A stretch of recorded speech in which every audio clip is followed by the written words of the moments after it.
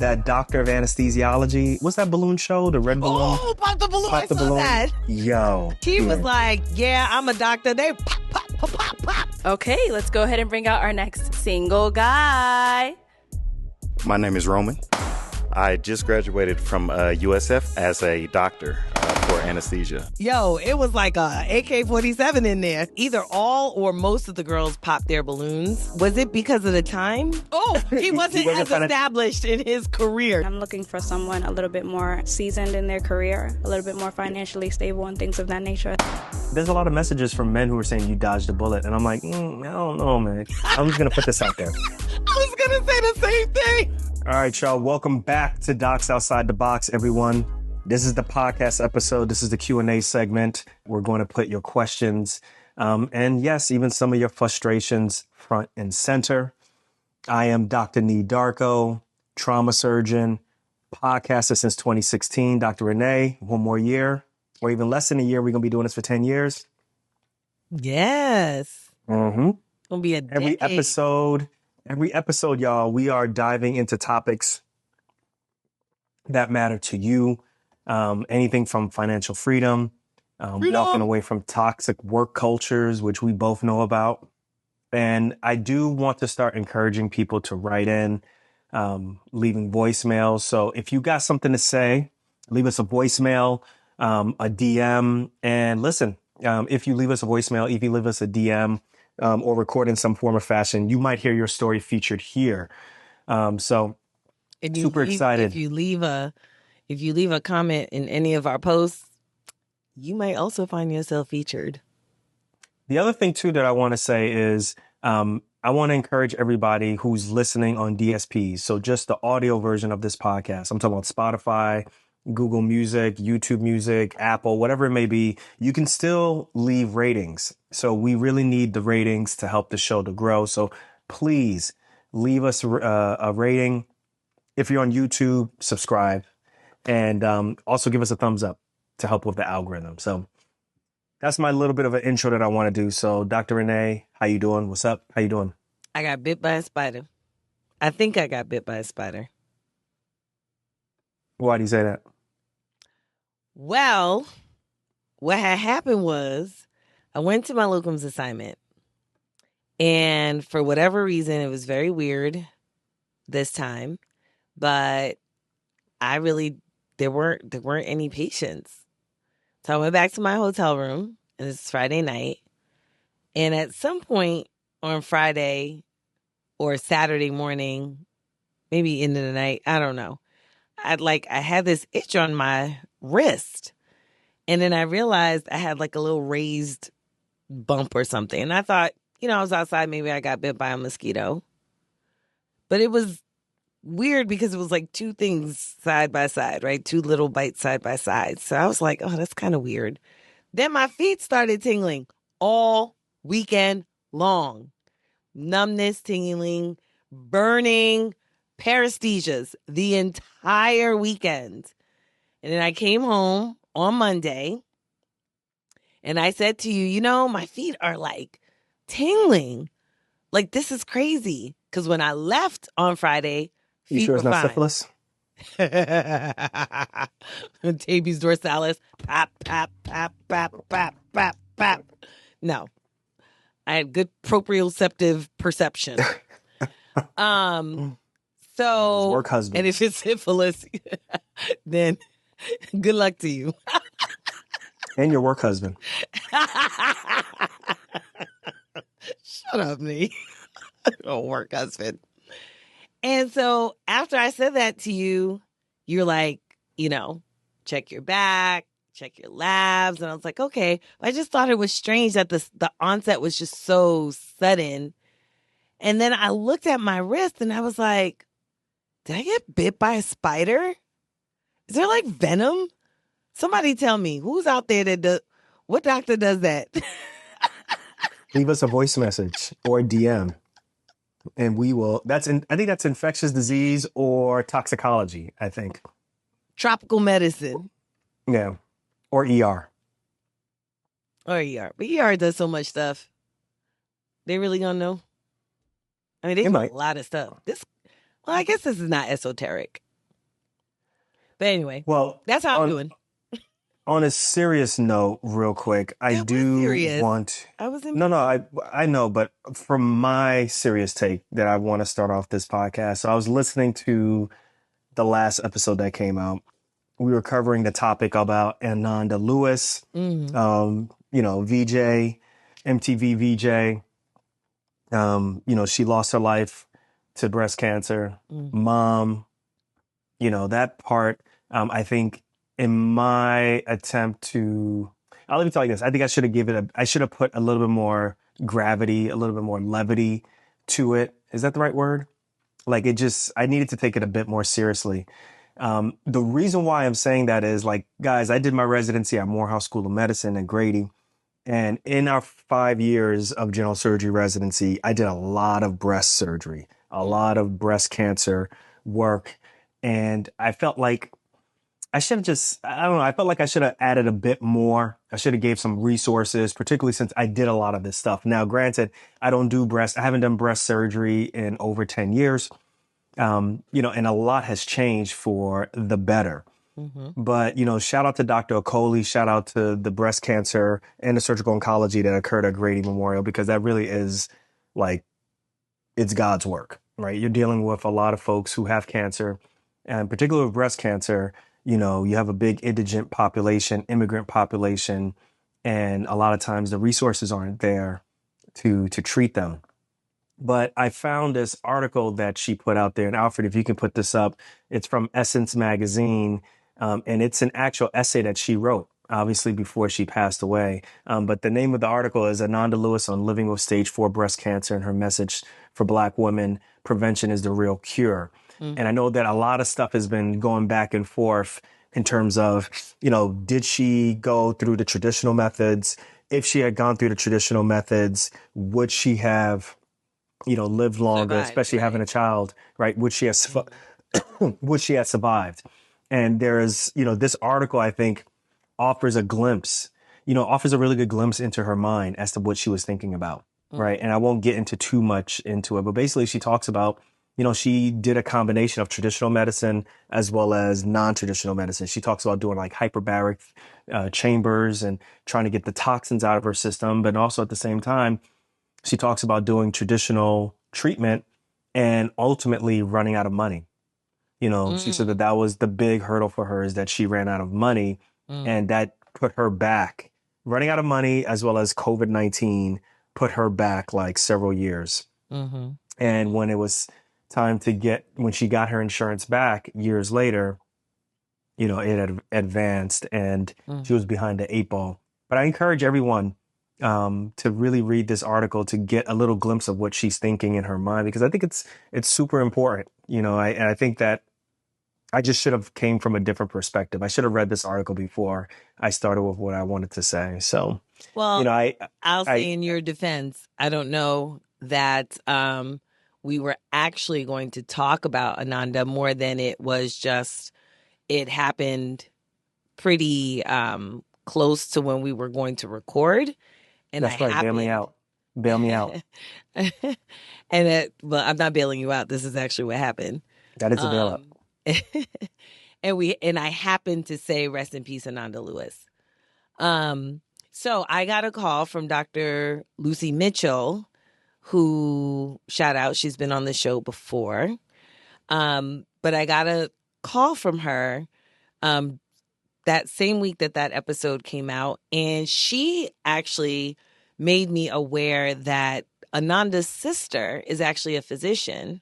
Her name is Dr. Lakshmi Emery, and she did a Entertainment Tonight segment with Kevin Frazier about Ananda's, whole journey through breast cancer and her eventual death. So we'll put that link in the show notes as well, so that if you're interested in watching. But she goes into kind of what was in Ananda's mind as well, kind of the conflict. Obviously, her sister being a doctor, her sister also revealed that she herself had breast cancer, and we know that Ananda's mom had also had breast cancer. So there's a question of whether or not there, at least in my mind, is there some genetic component to this in their family. But she does talk about kind of the conflict that she had with her sister, and then just kind of, that moment of coming to accepting that this is what Ananda wanted, that she wanted to be able to handle this in her own way, and her as a doctor, being one way, but also being, her sister being supportive. So she talks about that. So we'll put that in the show notes as well. Well, I do have some actionable advice that I wanted to bring up, and it's very short. I have 5 steps. I always keep notes on these things because I want to make sure I get my mind right. But step 1 is get organized with your care team, right? So that's going to be either your PCP, your surgical oncologist, your breast surgeon, your radiation oncologist, right? Or just your oncologist, right? Your family, even supportive care. Right. They are all part of your care team, right? Like the support groups that you're going to go to, you need to be able to have people who you can decompress to, who have possibly gone through the same thing that you're going through, right? That's super important. They are a part of your care team.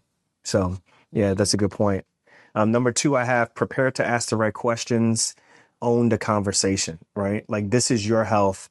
And this part I think is difficult, right? Because it's like, well, I don't know what questions to ask. I don't feel confident enough to steer the direction, to steer the conversation in for my own benefit. I feel like I'm going to be led this way. And I think that's where, making sure that you're getting organized with your care team, making sure you're talking with people who've gone through this process, getting with support groups, super important, right? Yeah. Because as me and you both know, like if you don't ask the right questions, sometimes you may get led astray. Super important. Super important. Or you're making decisions based on something that you really don't understand. And that understanding the information is just as, if not more important, as getting the information, right? So if you have to tell your doc, listen, talk to me like I'm 4, then that's what you need to say. Yeah, I think you feel like, well, they're going to look at me a certain way if I ask that question, but it's like, no, any doctor worth his grain or her grain and salt should be able to explain things in a way that you understand. I still have attendings right now who I work with directly who are horrible at explaining concepts. And I probably put myself, somewhere in that range, but it's crazy. It's crazy. Like docs are they're not good at that. Well, we're not necessarily taught how to talk to patients. We are taught that we have to speak to patients, but we are not necessarily taught how to speak to patients because much of medical school is learning medical jargon. So yeah. I got prioritize emotional well-being and side effect support, right? Mm-hmm. Like you got to be able, this is something that I think she was talking about. Yeah. In her article. It's like, I got to be able to make sure that emotionally, mental wise, that I'm on point, right? I got to be ready to fight this. Yeah. And that can be tough. I had a friend of mine, this, I had a really close friend of mine who had breast cancer, was diagnosed early 40s. And, there was a point at which she had to have surgery, start going through the chemo and everything. And, her sister and her niece, myself, we all kind of just pitched in. For me, and you were a part of this, Nii, it was being on the phone when she went to appointments, and just being there when no one else was able to be there physically with her. And so I literally would rearrange my patient schedule so that the time that she had her appointments with her doctor, I was on the phone. You were able to be on the phone. So that worked. And then the other thing her sister and her niece worked out was a schedule where someone could fly in and be with her every single day. So I went out there for a week. her mom was out there, her sister, like she had a rotating schedule of people who were able to be there with her, support her. She felt sick. She was nauseated, vomiting, all kinds of GI symptoms, and just helping her kind of through this. So it can be a very grueling thing. The side effects are no joke. Yeah, the side it can effects. be very you get you need a lot of support from that. Yeah. And sometimes you may have to do some lifestyle changes to get through that. That's a powerful tool, right? She talked about that also. Yeah. And then last but not least, I'm gonna keep it quick so we can continue to keep it moving. Is think, and this is what you mentioned. Think beyond yourself, right? Genetics and family matter. Yeah. Right. So it may not just, you may not just be, patient zero, right? Like you just may happen to be part of a whole, pedigree of people who may be carrying these genes around. So it may be important for you to check that out and make sure that, you don't have any of those genes that make you a higher risk of getting this. So just some steps to think about. And then I do have some, if you go to the show notes, there is something in there where I have stuff, from the National Breast Cancer Organization. It has some breast cancer resources in there, but it's just something I just wanted to add because I just, when you just go back and you listen to an episode, you're like, yo, man, I could have shown up, but a little bit better. Well, yeah, so, but I mean, we didn't have it wasn't a scheduled topic. But yeah, no, I appreciate the nuance, and I think everybody else will appreciate the nuance. It's not an easy discussion to have. I think that the thing that I keep going back is, she has a son. I think he's 14. That's crazy. Not being with your mom, for a significant portion of your life. That has to be very difficult. Yeah. That has to be very difficult. Would you ever, what are your thoughts on leaving the world knowing that you have, like, your kids are still young, like, particularly, like... Okay, let's not talk about that, because why you talk about that?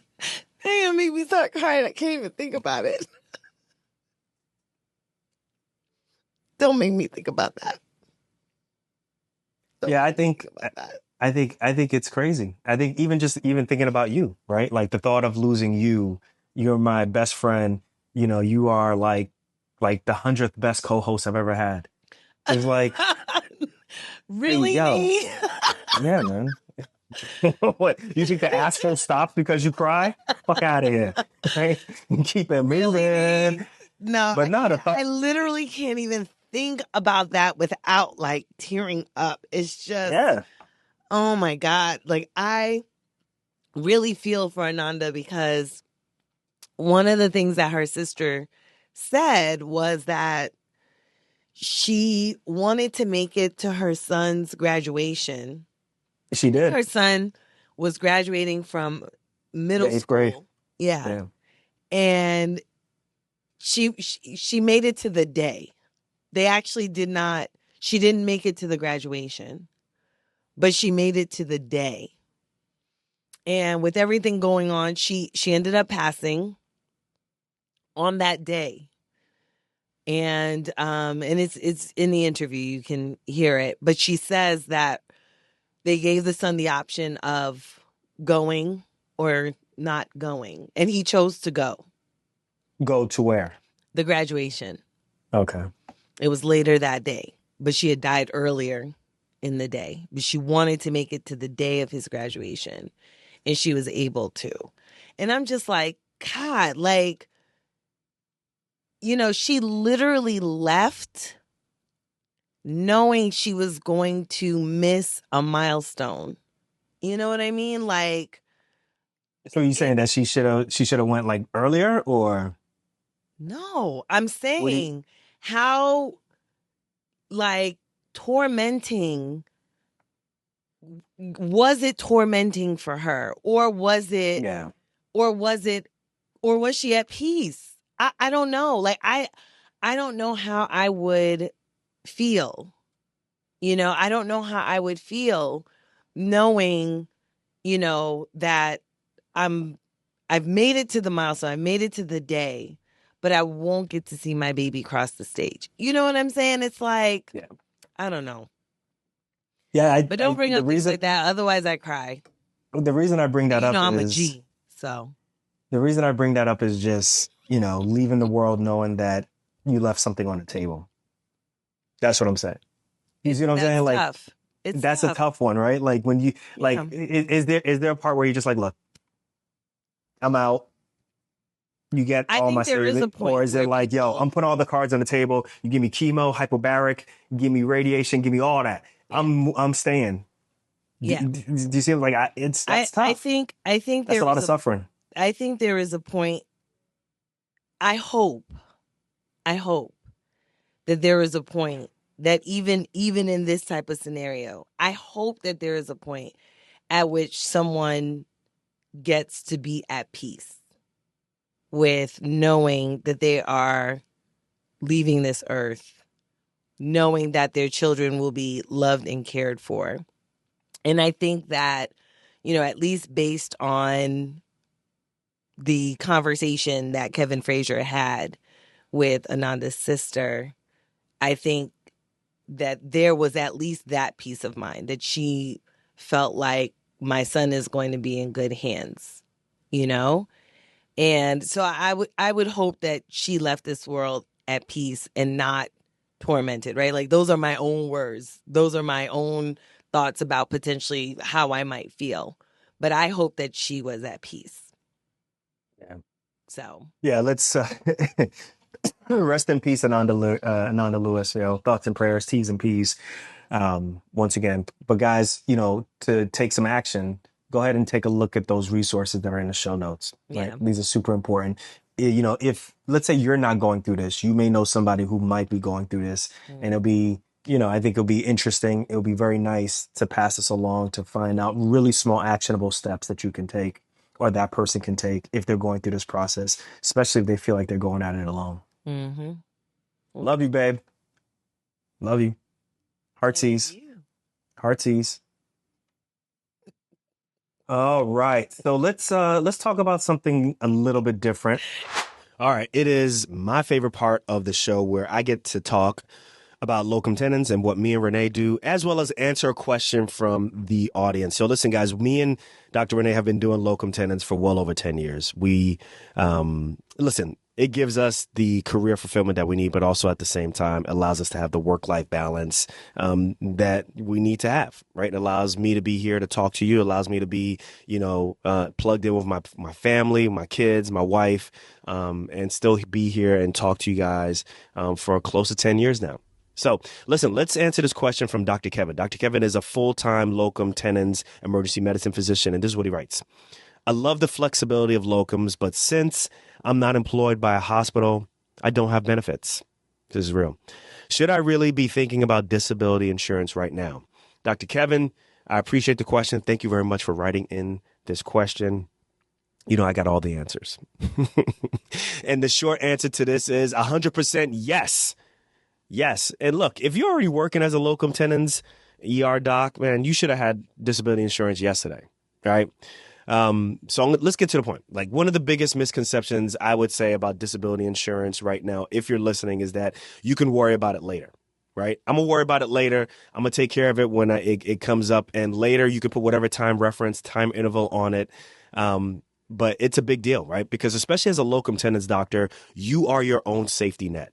Right? Like there is no HR department if an issue occurs. There's no benefits package, right? Part of the reason why you get paid so well is, there's no benefits, right? So you have to purchase benefits on your own, right? And there definitely is not any type of employer-backed disability coverage.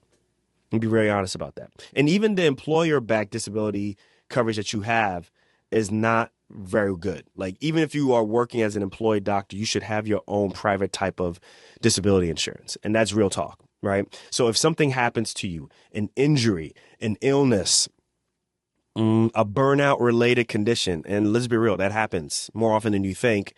And let's say you can't work. Your income stops. That's it. There's no salary that you get to depend on. There's no work. That means there's no pay, right? So that is where a private disability insurance plan comes in. And also, if you're looking for a private disability insurance plan, like you got to make sure that it's true own occupation policy. I'm going to say that again. Make sure it is true own occupation policy. You want to be sure that when you're looking at a plan that it says that lingo in there, right? And that means that if you can't work, I'm gonna be honest, if let's get to the real, let's say as an emergency medicine doctor, or let's say you're an anesthesiologist, if you cannot work in that specific field, right? Or even general surgery, right? I'm a general surgeon. If I can't do general surgery anymore, but I want to do something else, that means I'm still going to get paid, right? And that's a really big deal, right? There's a lot of fine language out there that is meant to trip you up. But if you have true own occupation disability insurance, that means that you can do other things if you can't work in your specific field, right? And since you're a 1099 contractor, I got a little cheat code here, right? Your premiums may be tax deductible as a business expense. So not only are you protecting your income, you're being smart with your taxes also. Now, that last caveat, I'm going to be honest with you, make sure you talk to your tax professional about that. Make sure you talk to your financial advisor about that. They may give you some additional or a different type of advice. So it's super important that you run that by them first, okay? So, look, disability insurance, Dr. Kevin, it's not about fear. It's about financial responsibility. You've worked hella hard. You've worked way over 10 years to protect this career, to build this career, excuse me. So protect that income at all costs, right? It's super important, right? So I recommend, if you're looking to get disability insurance, listen, I'm telling you right now, I recommend you work with Jamie Fleischner with Set for Life Insurance. All right, we've been working with her personally for over 10 years. She helped me and Renee get rid of our really expensive disability insurance and get to something that was way more cost effective and actually had better coverage. And that actually was the biggest start of us paying off our student loan debt, was us first realizing that, hey, we're paying way too much to disability insurance as well as to whole life insurance. Let's get something that's way more economical. And, 3 years later, we paid off over almost $700,000 of student loan debt. So we know a thing or two about working with cost-effective disability insurance. Super important. So I recommend Jamie Fleischner with Set for Life Insurance. She specializes in coverage for doctors, especially independents like you and me. Right. So there's no fluff in what she's talking about. It's just honest advice. And she's got access to multiple top tier carriers. So I want you to take a look at setforlifeinsurance.com or tap on the link in the show notes. All right. To set up a free, no pressure consultation with her. All right. Super important. And remember, this is Docs Outside the Box, and outside the box doesn't mean unprotected. Dr. Kevin, thanks for writing in.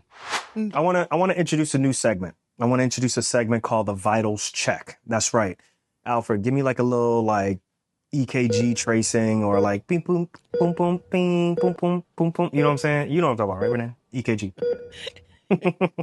SVT. So I want to start updating everybody on my goal. I have a goal where I want to run under 20 minutes in a 5K. Right. So that's averaging around 6:20, I think, per mile. And this is straight off of no running. So now I'm running. And then I also want to be able to bench 250 pounds. So sometime in a week or in a couple of days, I want to be able to break 20 minutes in a 5K, and I want to be able to bench 250 pounds. And strong. It's strong and endurance. Yeah. Yeah. It's been tough. It's been really tough because before I was just lifting hard. Right. And now I'm splitting my week now into 3 days of running, 3 days of working out. And as a matter of fact, this week I just finished my deload week.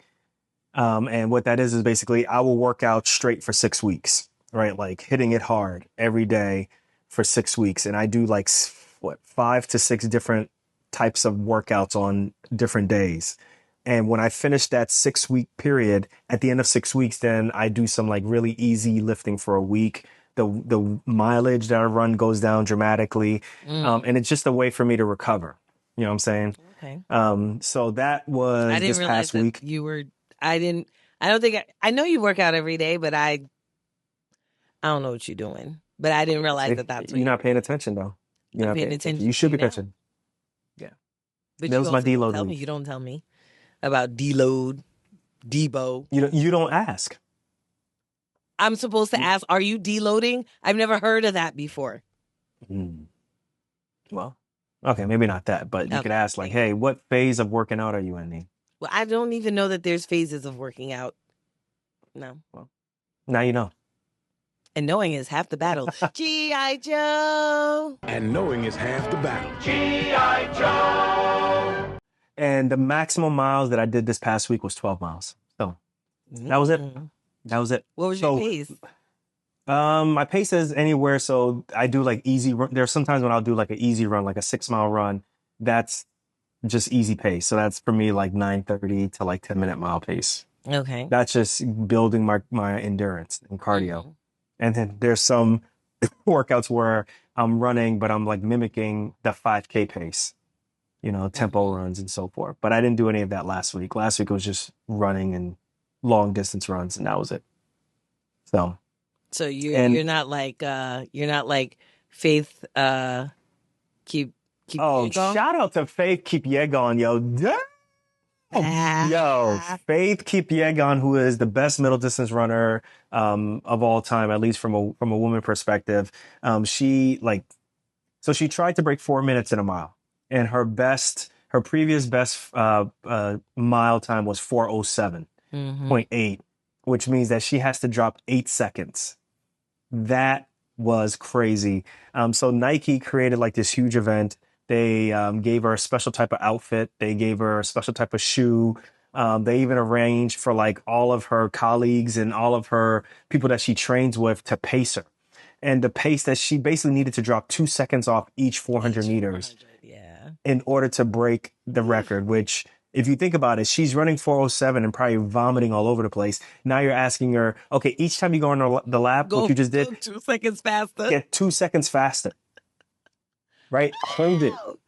Her first 800 was, guys, her first 800 was in 2 minutes. Just so y'all know. Her first 800 was in 2 minutes, y'all. She was going so fast. Third lap, though.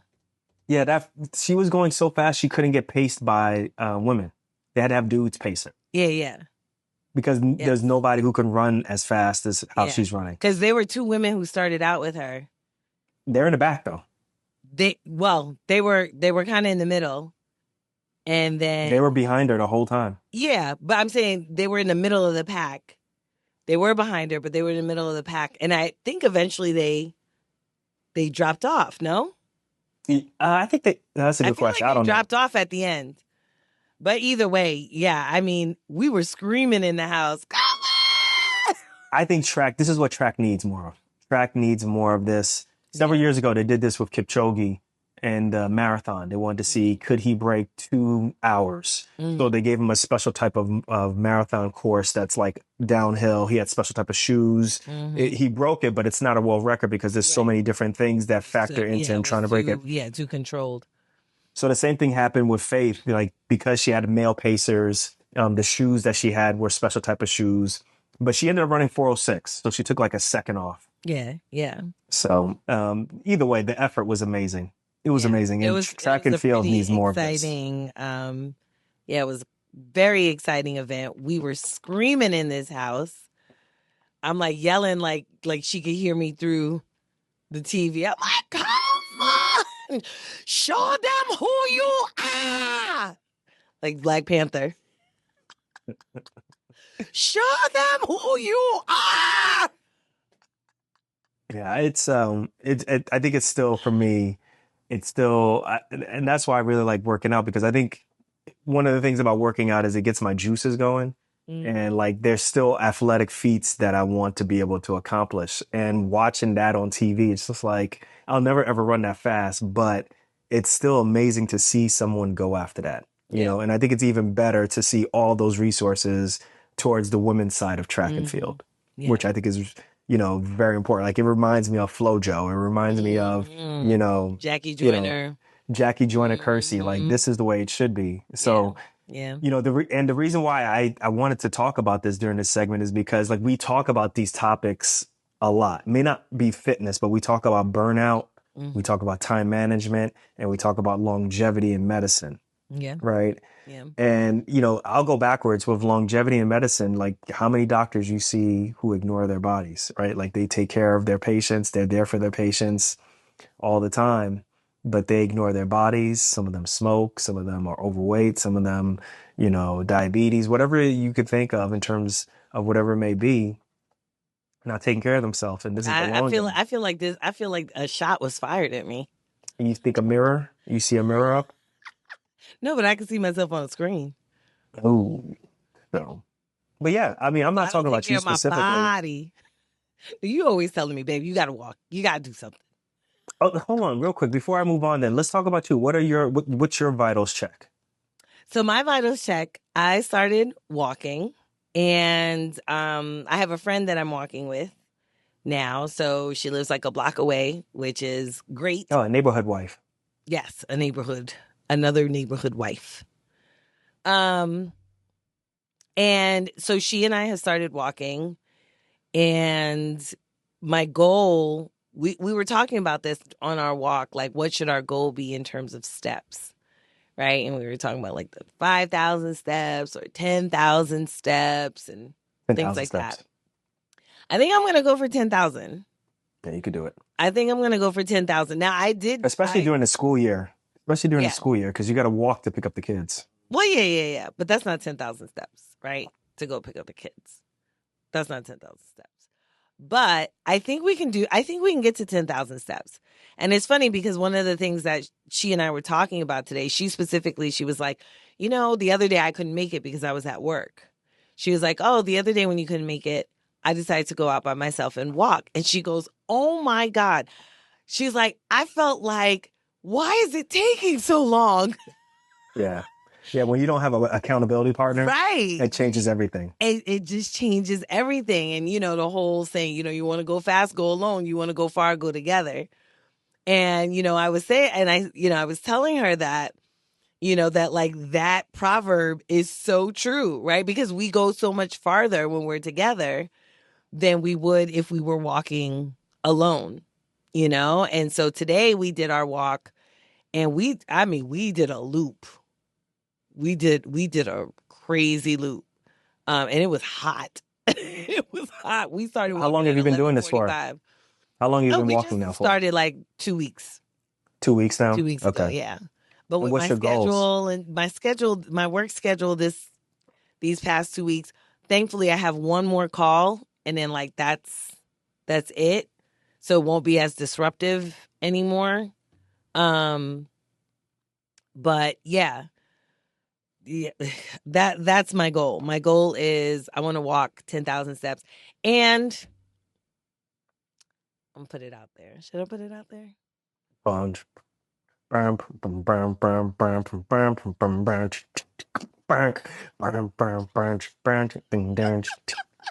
bringing sexy back. So I'm thinking about Take it to the bridge. That's my theme music. Okay. Keep going. So I'm thinking about doing T25 again. So if you guys remember. Okay, I can't concentrate with you singing. Okay, thank you, Justin Timberlake. Yeah, I'm thinking about doing T25 again. If you guys remember, that was 3 years ago now? Dr. Nii challenged me to do T25 to complete the 10-week, I guess, course or whatever they call it. And I did it. Remember? Yeah, you did it. We did it all together. It was great. Yeah, it was great. Yeah. We did it. And right after 10 weeks and one day, I was like, I'm done. This girl was eating damn freaking Tootsie Rolls and freaking Twizzlers and shit. Tootsie Rolls and like, yo, what happened to you did all this work for 60 days. You did this good work for 60 days. You've been working out this gay dude for 60 days. What does that mean, Nee? Because they don't play. I'm saying they work out, right? And you showed up. And then on day 61. So he gonna be mad at me?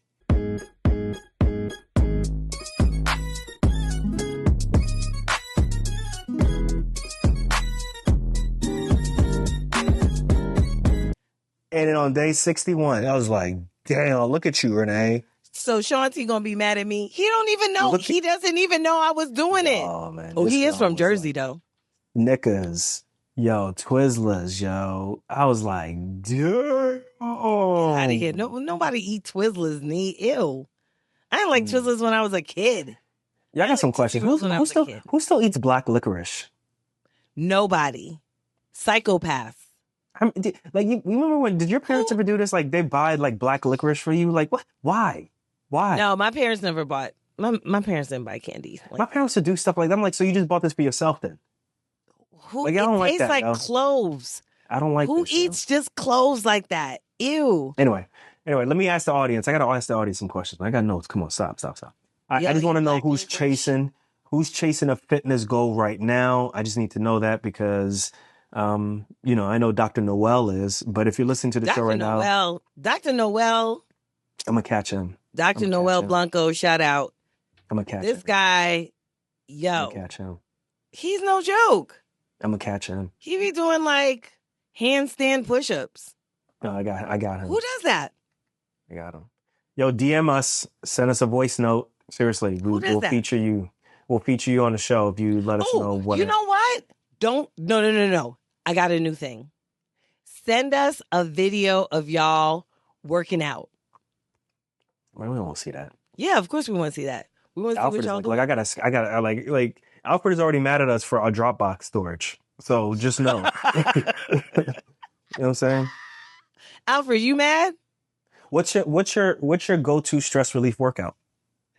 Walking. It's walking. I know what mine is. What's yours? It's a kid-friendly show. Let's keep it moving. It better be me then. Let's keep it moving. All right, yo, let's get into our next topic. We got a question from the audience. We finally got to our question. So here is a question that was written to us. It says, this is called Protecting Peace Without Quitting. Hi there. I'm a resident in OB-GYN, and I just wanted to say thank you for this show. I'm already seeing so many attendings around me who are just burned out and bitter, and it's starting to scare me. I don't want to leave medicine, but I also don't want to end up like that. How do you protect your peace and still stay in the game? HW. Those are the initials. HW. This is a very good question. You want me to read it again to you, or you got it? No, how do you protect your peace without burning out? I mean, that's the age-old question, right? And the fact that HW is a resident asking this question because the attendings in the residency program look like they either bitter. We've been there. We've seen it. To fall Don't out. How many attendings you saw that were bitter? I saw mad attendings. Divorcing, can't make it to their kids' stuff, Yeah. I mean, the way that we protect our peace is we do locums. How do you protect your peace? Answer for yourself. Don't put us in there. We ain't sick, boss. You answer it.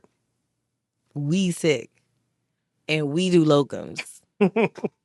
Answer for yourself, man. So, I mean, but that's my answer. In terms of my career, I do locums. I get to pick when I want to work, when I'm not available. And that allows me to do, the work that I love, but not be so inundated by it that it starts to become the thing that I hate.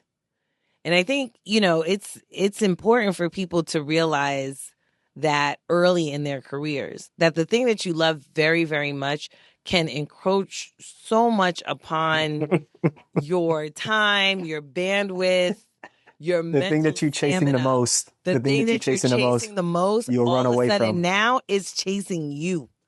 You run away from it. Hell yeah. It's chasing you. So, for me, it's locums. For other people, it might be really putting boundaries on, if you're not going to do locums, putting boundaries on. Hey, yo, you stealing my notes, yo? What? You just stealing my. Anyway, keep going. Putting boundaries on how you work, even if you're a W-2, right? And just really sticking to those boundaries.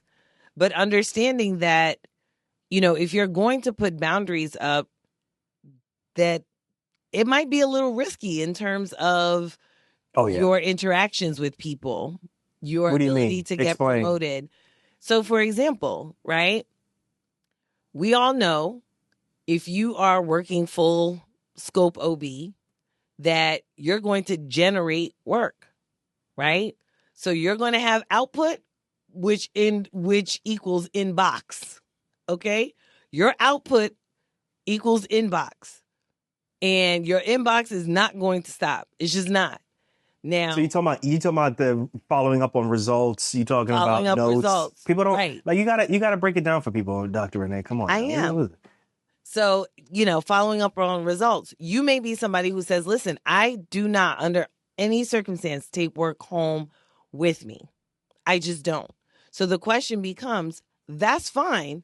The question now becomes, what does that mean? Does that mean you are not going to finish that inbox and you'll get to it another day? Or does that mean you staying at work until that inbox is done just so that you don't have to take the work home with you? You have a decision to make.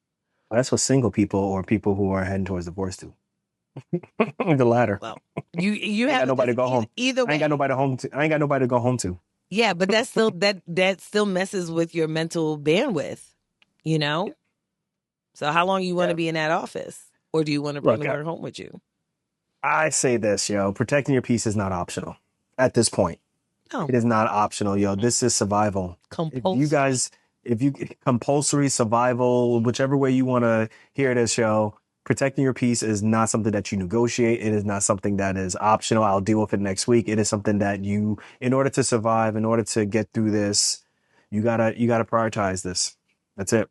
And I think that if I were to look back and answer this question to even myself, I think what I would say is success, I have to look at it differently. Because you remember my success for me was, I want to be trauma program manager, a director. I want to be a chairperson, all these different things that I saw when I was in residency or maybe as a medical student, but didn't really know the implications of that. Right. And, I think it's really, for me, it's like, all right, I want to be the best clinician that I can be.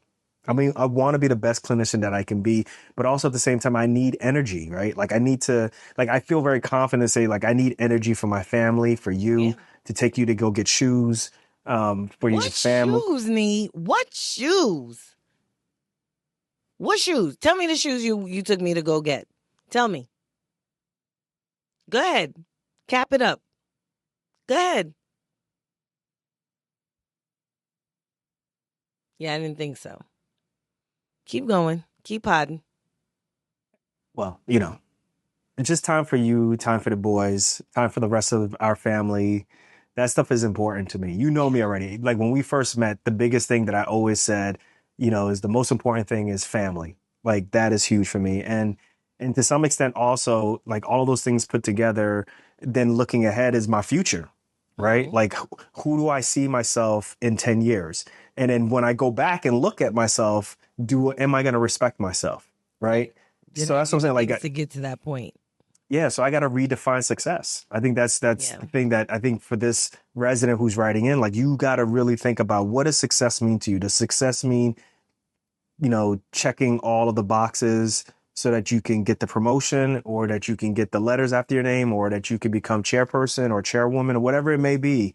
Is that important, or being as balanced as possible? You're going to have to figure that out for yourself. But I do want you to know there's a lot of people out now who are just like, look, like I got to figure out how to balance this. It's more than just being like a great clinician. I got to be able to handle all these different things. That's part of it. Yeah. I do also agree with you about this setting boundaries like early. Mm-hmm. Like you got to know this, you got to say no. Right? Yeah, you have to know when to say no. Yeah. But the defining success, I think, is majorly important, because I think that people don't understand a lot of times what success comes with, right? Like I was talking to our niece the other day, and I was, we were talking about like, how women are like, oh, I want a man who's a 6-figure and he's this and he's that and he's got it going. A high value man. A high value man. I don't know what that means. I want a high value man. I want this. I want that. I want him to be, all these things, and they look at, all the things that he's accomplished or accumulated. And for them, like, that's the person that they want to be with. And that's fine. But also understand that in order for him to accomplish and accumulate those things, he got to work. Ain't nobody giving somebody who's just sitting on their bum all day 6-figure salary. 6-figure Did you ever salary. did you think like that when you were younger? That one, a high value man?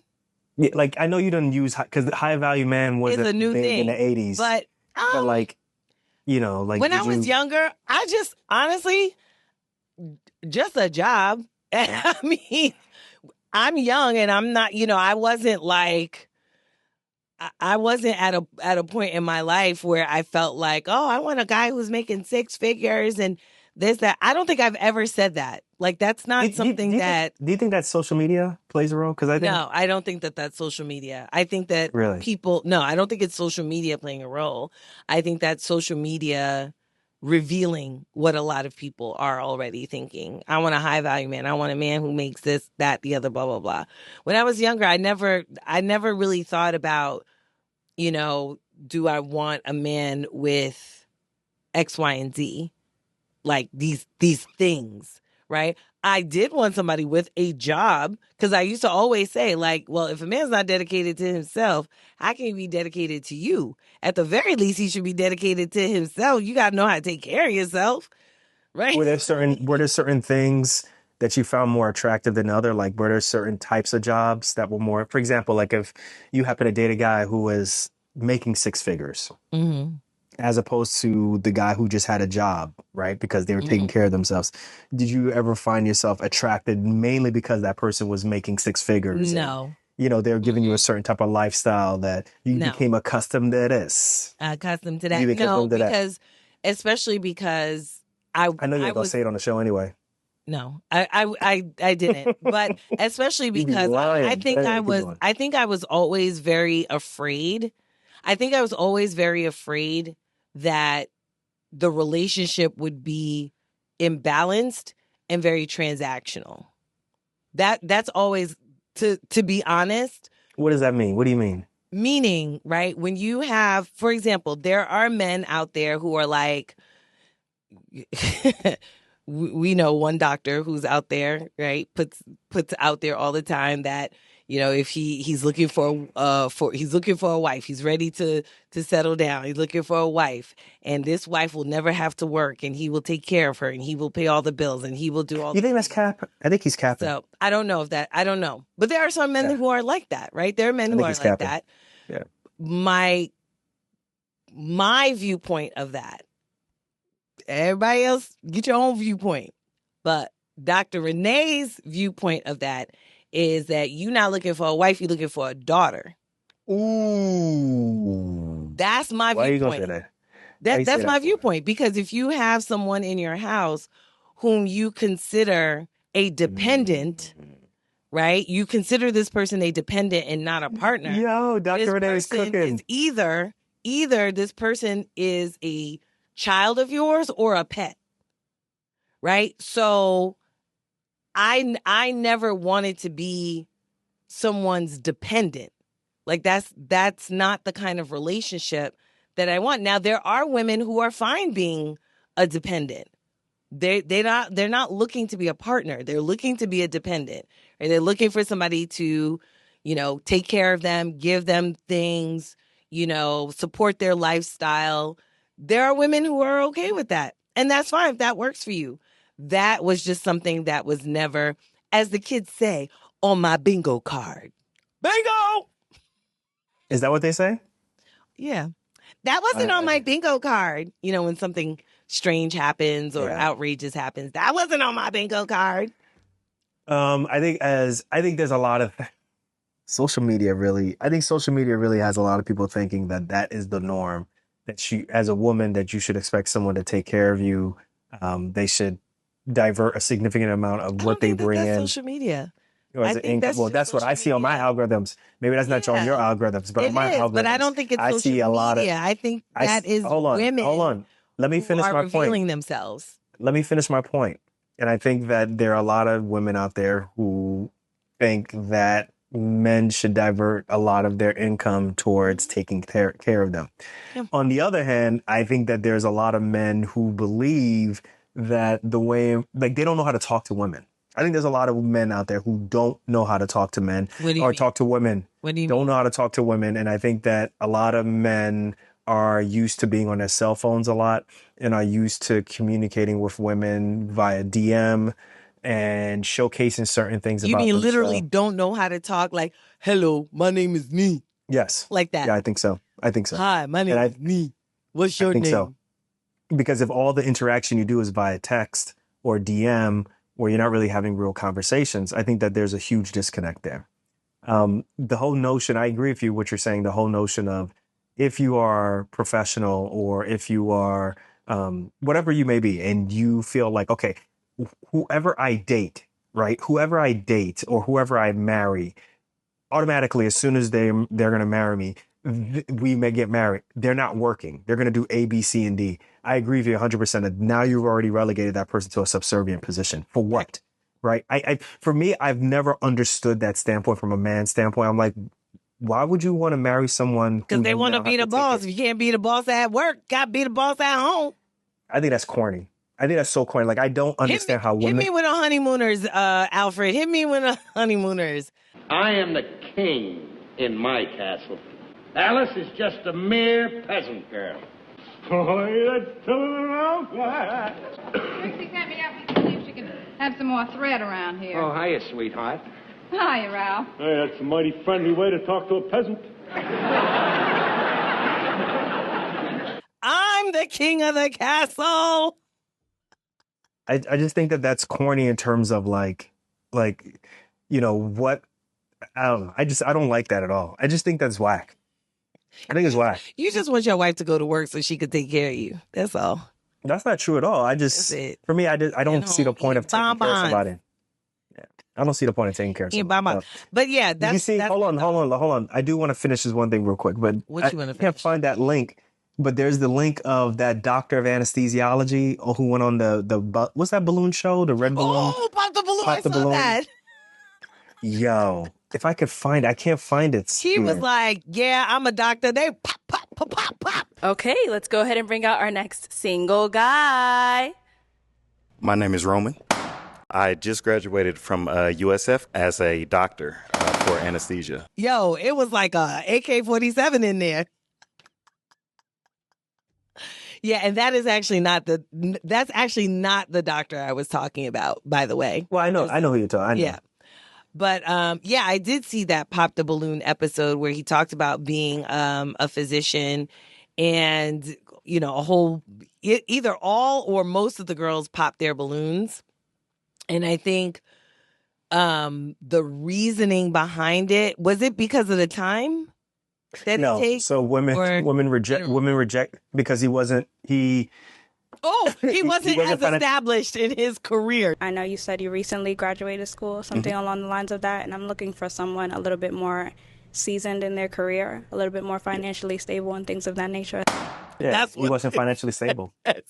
Yes. But there's a lot of messages from men who are saying you dodged a bullet, and I'm like, I don't know, man, because a doctor going, okay, I'm just gonna put this out there. I was gonna say the same thing. I'm like, guys, just based off of the I'm assuming when you go on Pop the Balloon, the women that you have on there are the type of women that you like, right? So for anybody who's not black, and if you don't know, Pop the Balloon. The largest population in medical school right now is black women, right? So if you are in medical school... Well, not the largest population. Or the highest percentage of black people are black women. Right, but I think, okay. Either way, there's a lot of black women in school, guys. Right? And for me, if you're graduating... You got to pick of the litter. You're graduating pick of the litter.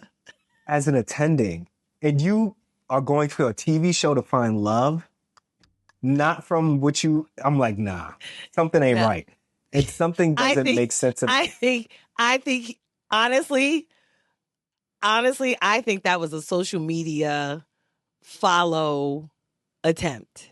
Yeah, I see what you're saying. Like Right? he's trying to build his career. Yeah, He's trying to build his social media presence. cachet, right? Because now everybody's gonna be like, who the hell is this dude? Why he gonna pop the balloon? And then people are gonna look him up and then follow him. I would hope that he wasn't going on pop the balloon. But you don't understand what I'm saying? Like, No, why would you go on a game show? Why would you go on a game do. show to look for love if you're a doctor?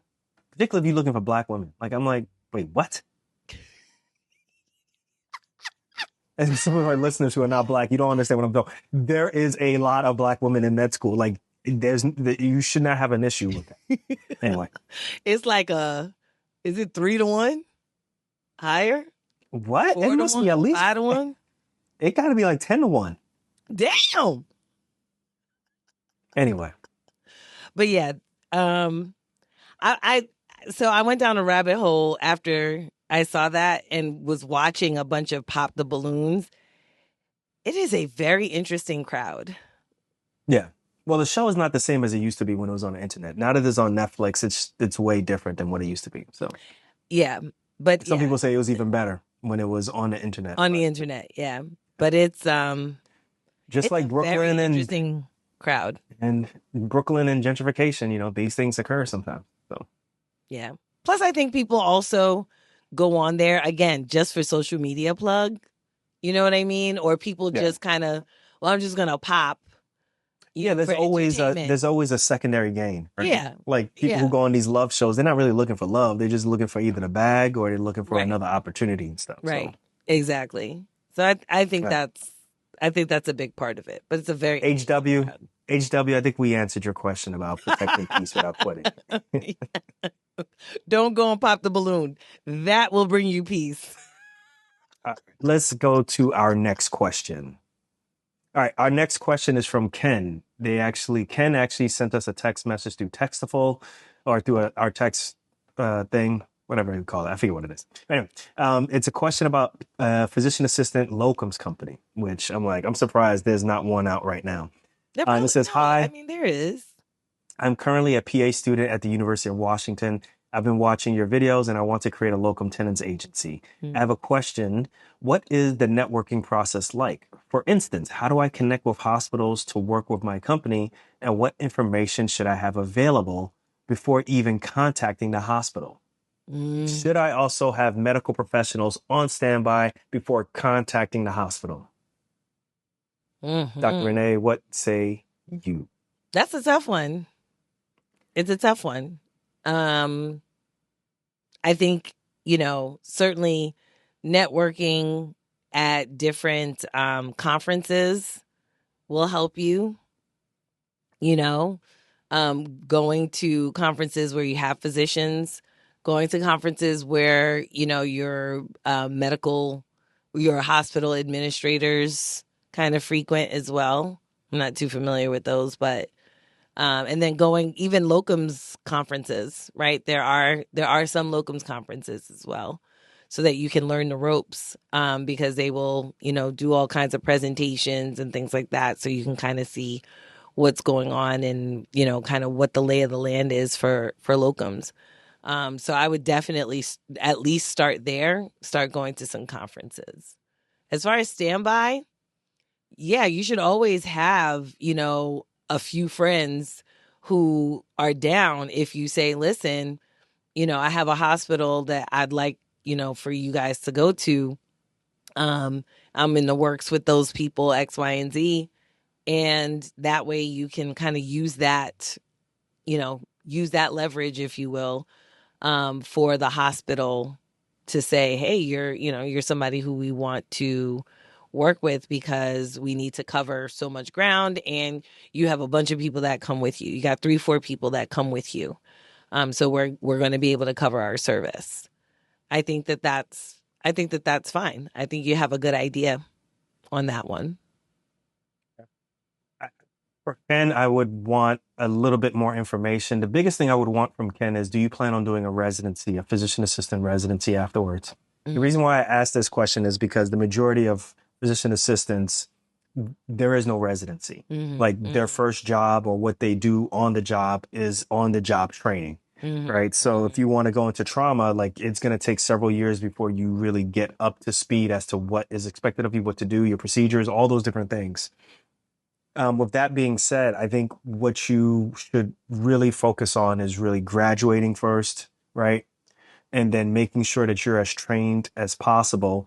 And the way in which I would suggest that you network with hospitals or work with hospitals and convince them to work with your company, particularly in this situation, is to show what you can do first, right? Make sure that you have a group of medical professionals, particularly other PAs, who are trained also, because that's what I see is what a lot of hospitals are looking for. They're looking for a PA who they can plug and patch, right? Not a PA who they can plug and then have to teach up, and then possibly that person may have to leave. So Ken, I would say make sure that you get the best training that you can get first. Maybe put yourself out there as a locum tenens.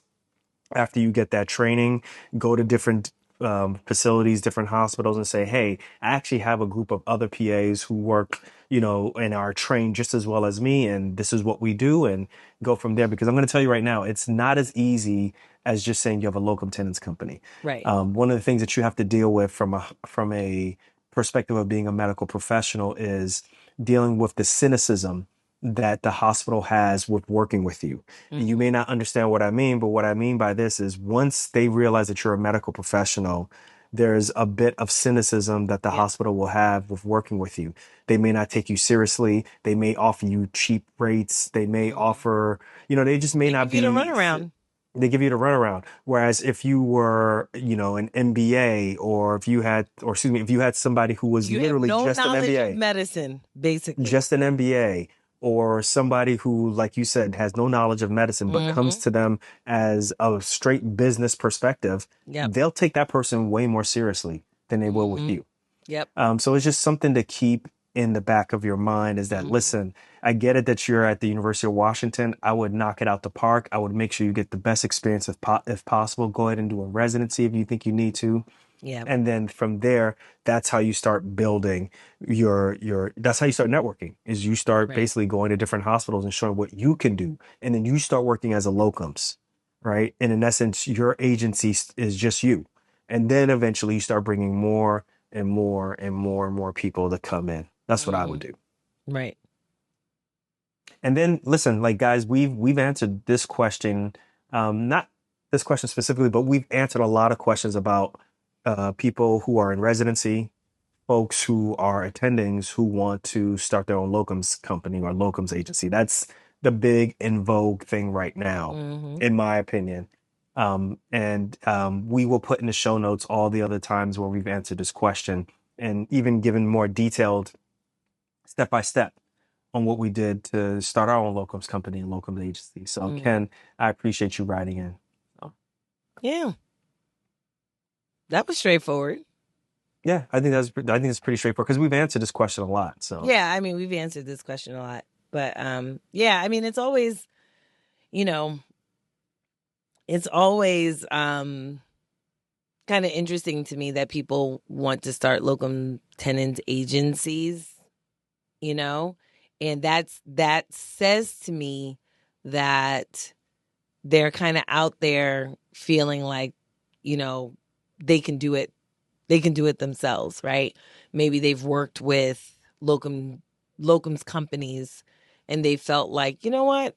I could probably do this for myself and, maybe be more efficient at it, or, be paid more, right? Because once you cut out the middleman, you get paid more. So I think it's a good thing. I think, as much as, we talk about locums, anytime you have something that's really new that's coming out, there's going to be times where you have to be really careful about who you work with, which agency you work with. Because I'll be honest with you too, just because a doctor or just because a PA is running a locums agency doesn't mean that you won't get ripped off, right? You got to be really careful. Business is business, y'all. Business is business. Business is business, and people or companies, they're trying to maximize profits. Yeah. The key thing is going back to, even that previous question, which is we talked about redefining success. It's almost like redefining what's important to you, redefining how you're making money. Yeah. Right. And just being really intentional with your career, because if you are not dictating, I want to be able to have these type of credentials, then I want to be able to work at these type of hospitals, and I don't want to have debt and all these different things. If I don't do some of those things, someone is going to be, like you say, someone is going to be dictating your schedule. Right. These are things that you have to keep in mind. Yeah. Yeah. Well said. Thank you so much. Especially because you quoted me. Well, you say a lot of really you're very good at these sayings and stuff. I have to give you props for that. Thank you. Heartsies. Heartsies. All right, Dr. Renee, is there anything else you want to add on this episode? What kind of spider would make your feet tingle at the bottom? That's what I want to know. Somebody. You sure there's a spider? Listen, look, I got these 2 bite marks right here. I don't know. Work husband. I mean, that's what you want to say. What's the test for syphilis? Somebody write that in. RPR, VDRL. Is that a swab or is that blood draw? Blood draw. Then you start doing titers. Anyway, this ain't a medical show. This is a lifestyle this show. Really ain't. But guys, we do this to you. Everybody who's watching on YouTube and listening on DSPs, we heart you too. We love you. Thank you for listening. Remember, you could always leave us a voicemail, leave us a DM, and you might get your question or your voicemail played on the show. And we always appreciate y'all. Send us a video of y'all working out. Yeah, we're going to catch you guys. We're going to catch you guys on the next... I was going to say something bad. We're going to catch you guys on the next episode of Docs Outside the Box, y'all. Peace. Bye.